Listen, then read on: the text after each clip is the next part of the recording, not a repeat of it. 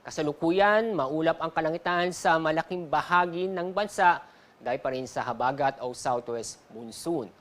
Yung low pressure area na binabantayan ho natin ay bahagyang kumilos palapit sa Taiwan at Batanes area. At kaninang alas 4 ng o alas 3 na madaling araw, ang layo ng low pressure area ay nasa 405 kilometers sa may north-northeast ng Itbayat, Batanes.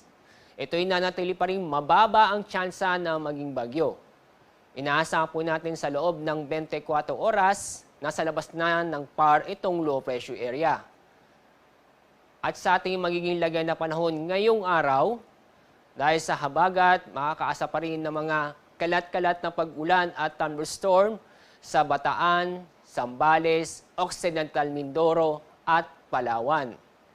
Samantala, yung lalabing bahagi po ng Luzon kasama ang Metro Manila ay inaasahan po natin na magiging maganda at maliwalas sa panahon kung saan ay halos buong araw bahagyang maulap ang kalangitan.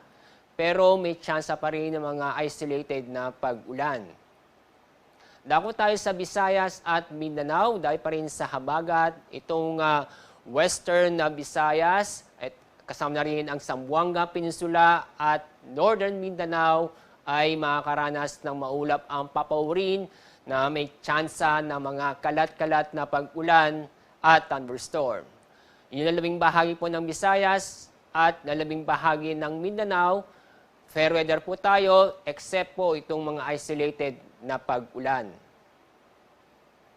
Sa mga nagbabala pong pumalaot sa ating baybaying dagat, safe naman po dahil inaasahan po natin na maging banayan hanggang sa katamtaman ang pag-alon sa buong bansa.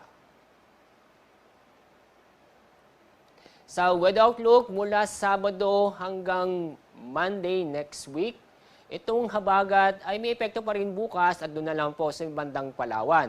At tuloy-tuloy na pong lalayo ang habagat, kaya po sa Sunday at Monday next week, wala pong epekto ang habagat sa bansa.